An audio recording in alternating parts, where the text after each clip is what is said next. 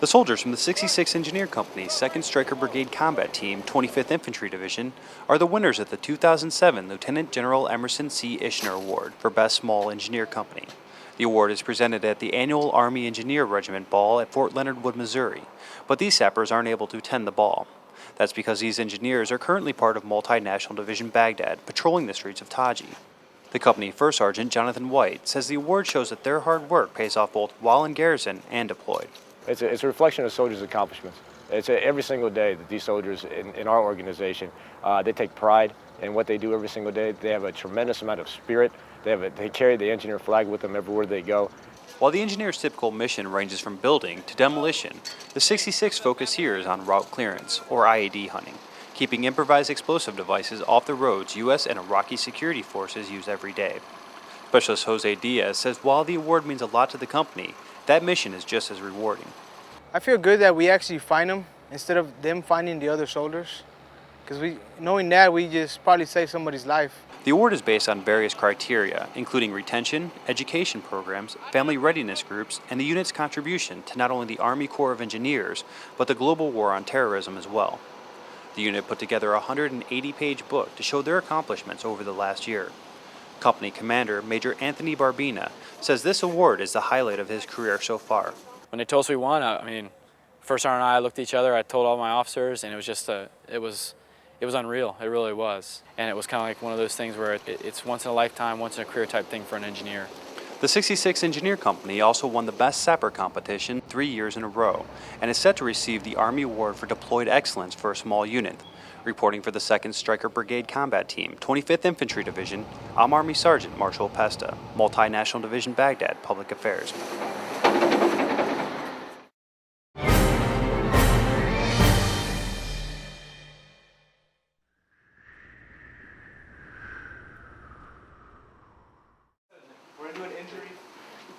The Iraqi Assistance Center, provided by Multinational Division Baghdad Forces at Joint Security Station Sadr City in Baghdad, is open now. Local residents can submit claims of property damage, detained family members, and personal injuries sustained as a result of engagements between criminal and coalition forces in their neighborhoods. The IAC operates in conjunction with the Civil Military Operations Center in Sadr City and benefits from the support of local Iraqi officials. Specialist Joseph K. Brown is a claims processor from the 432nd Civil Affairs Battalion who receives and processes claims to investigate their validity. We set up the IAC to assist Iraqi civilians in Sadr City area of Baghdad. They come to us with a claim of either property damage, like shop damage, house damage, vehicle detainee requests, or injury requests. We take their story and their claim. We verify that coalition forces were involved in the incident that they're claiming and investigate it. Iraqi interpreters also have an important role helping their neighbors. Roy, as he's known at the center, says that the visitors welcome their service. Yes, it is a good program, and all Iraqis welcome that. Many people want to came here to do that, to do claims. The IAC sees about 40 visitors a day, and since its May opening, approximately 900 claims processed, many in as little as 2 weeks. The center is open 6 days a week from 9 a.m. to 5 p.m., Saturday through Thursday, with Wednesday being a half day.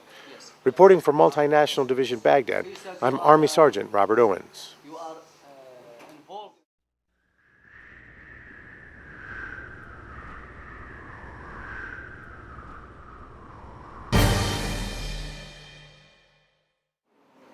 Multinational Division Baghdad troops from all over Camp Taji came together to celebrate Asian Pacific Islander Heritage Month.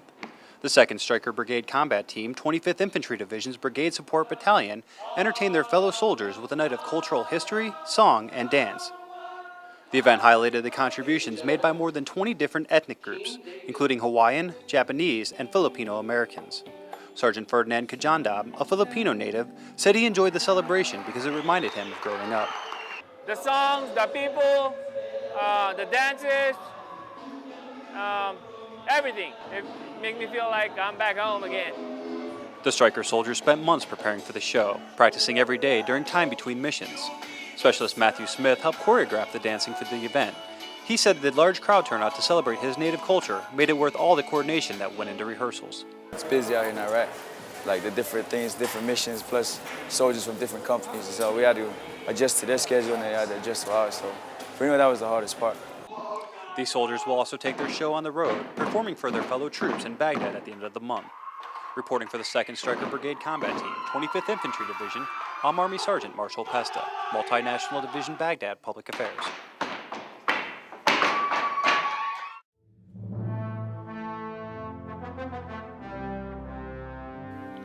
On the evening of April 11, 2008, Sergeant First Class John A. Weatherly was providing security for a 2nd Route Clearance Team near Route Gold, a red area known for routine rocket-propelled grenade and explosively formed penetrator attacks. The 1st Route Clearance Team was hit with EFP strikes, and Sergeant Weatherly's M1A2 tank and security team was hit by multiple improvised explosive devices. Simultaneously, the team came under heavy RPG and machine gun fire. Without regard to his own personal safety, Sergeant Weatherly ordered his tank wing and Bradley to hold the intersection and maneuvered his own tank up to the disabled vehicles. Coming under enemy fire, he positioned his tank between a wounded soldier and the enemy positions. Immediately, as Bradley engaged the enemy RPG teams, destroying them.